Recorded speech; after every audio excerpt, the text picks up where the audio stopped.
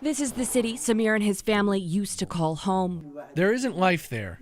They are living in a death situation, and they cannot go out.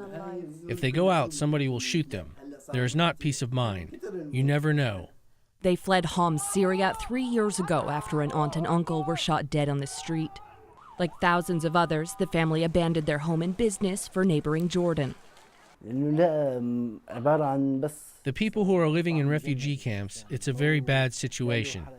All they are doing is counting down the days until their death. 3 years later, they've been resettled by the UN, some of the first Syrian refugees given a chance to make a new home here in Georgia.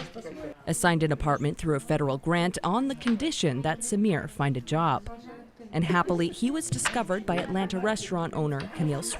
It's a win-win situation, and I love that. Just takes me back to about 35 years when I first came in here to the U.S., and here I am for them, but they're here for me as well. It's here in the kitchen that Samir has proven that he's much more than a charity case. By virtue of his work ethic, owner Campbell has hired his 18-year-old brother, Osama, who too has fled to the U.S. just weeks ago. But across the United States, doors may be closing for refugees like Samir and his family. I am now requesting that the President and the federal government cease sending refugees from Syria to North Carolina.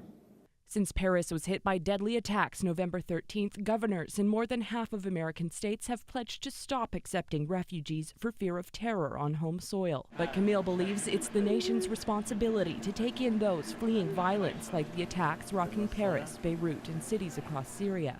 Every single country in the world, they are obligated to help these people. He says the brothers have repaid his kindness tenfold as skilled and hardworking members of his team. Emily Campbell, Atlanta. Buon appetito.